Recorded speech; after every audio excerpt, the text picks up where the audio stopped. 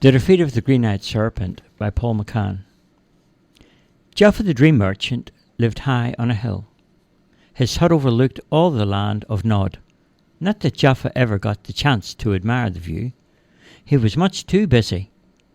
Every day trucks came and went from Jaffa's place, bringing boxes of his sleepwear to everyone in the land of Nod. Jaffa had perfected the colour schemes that brought sweet and peaceful dreams to all those who wore his dream clothes.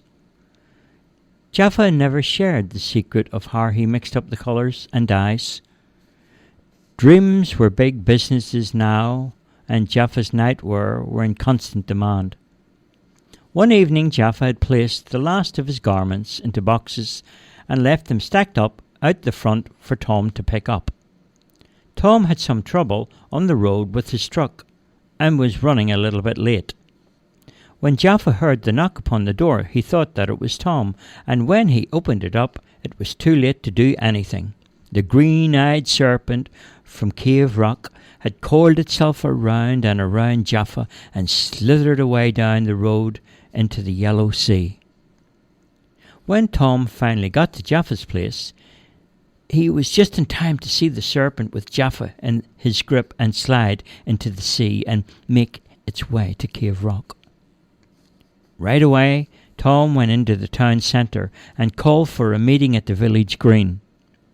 All the people of Nod gathered there and listened to what Tom had to say. When he told them about what he had seen and how they had to rescue Jaffa, some of the Nod folk were not really sure of what to do. Don't worry, said Tom. I have a plan. Thing is, Tom, we have our families to think of. Don't be like that, said Tom. Jaffa has worked hard all his life to bring you and your family dreams and peaceful sleeps. The least we could do for him is to show him we care too. Come on, who is coming with me across the yellow sea? Show your courage now and raise your hands. A tiny voice broke the silence. The ferry has been sunk. Tom, how can we cross the sea? Said Olak. Some of us can swim. It's not that far to Cave Rock, replied Tom. There was tension in the air. Tom looked around at all the faces filled with fear. He took out a scrap of Jaffa's magic cloth and lit it before them. The flames rushed from the cloth. Listen, the serpent can't stand fire. All we have to do is to dig a big hole and fill it with wood and draw the serpent to it and throw it the torches into the pit. It'll work. I know it. But I can't do it alone. Now, who will help? I have a boat, said Torah. Me too, said Rai. Right then, what are we waiting for? Let's go, said Tom. The two boats were carried from their sheds near the water, and a group of men from Nod loaded in some spades and other tools. With a last look at their loved ones, the men got in and started to paddle.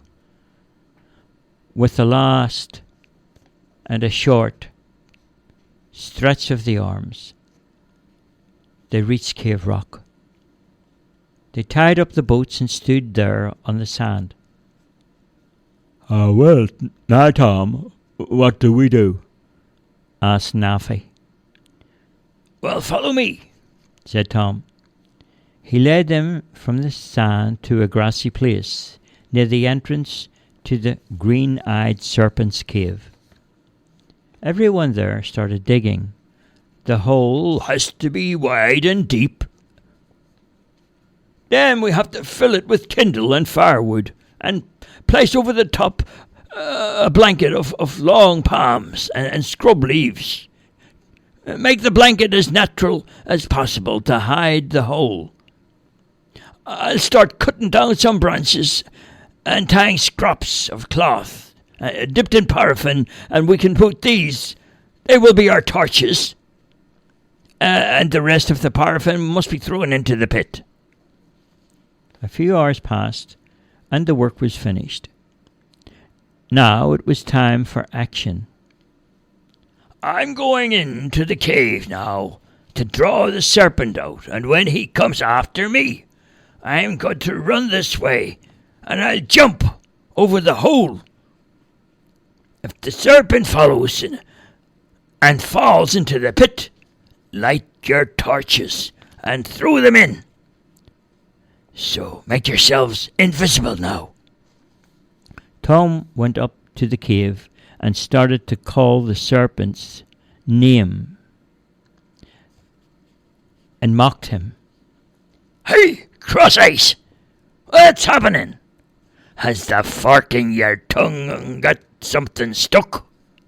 Come on, Yellow Belly. Are you a snake or a chicken? Tom began to bang and with his hammer on a hollow bamboo trunk, and the pitch of that noise was enough to bring out the green-eyed serpent, who went after Tom. Over rocks and craggy edges, Tom ran like the wind with the serpent behind. When Tom reached the place where the trap was, he took a huge leap over the blanket as the snake can't jump and fell into the hole. And all the men from Nod rushed to throw their lit torches, and one by one the pit was aflame, and the flames engulfed the serpent, who was cooked like a dinner in an instant. Everyone danced and sang. The victory was sweet. Tom went back into the cave and found Jaffa, who seemed to be tied up or in the tangles of a strange web-like material. Jaffa was so happy to see everyone. As they were cutting away the ties that bound him, Jaffa said, "Oh, the green-eyed serpent wanted me to make him a suit of colours that would bring him to dreams from the children of Nod." Hi. Don't worry, Jaffa. The serpent's dead now. So come on, let's get home, said Tom. Jaffa wiped away the tears from his eyes, and he said, "I'm so grateful that you rescued me, that I will make you all a promise. You and your families will never have to pay for any garments that I make." The dream merchant lived a long, long time, and he passed on the secret magic of how he made his dream colours. Now, in Nod, and even as far away as Fairyland, they are spinning yarns and yarns of material which, after they have been soaked in Jaffa's dream colours, are sent out all over the world. Everyone now is able to share a special dream because of the brave men from the land of Nod.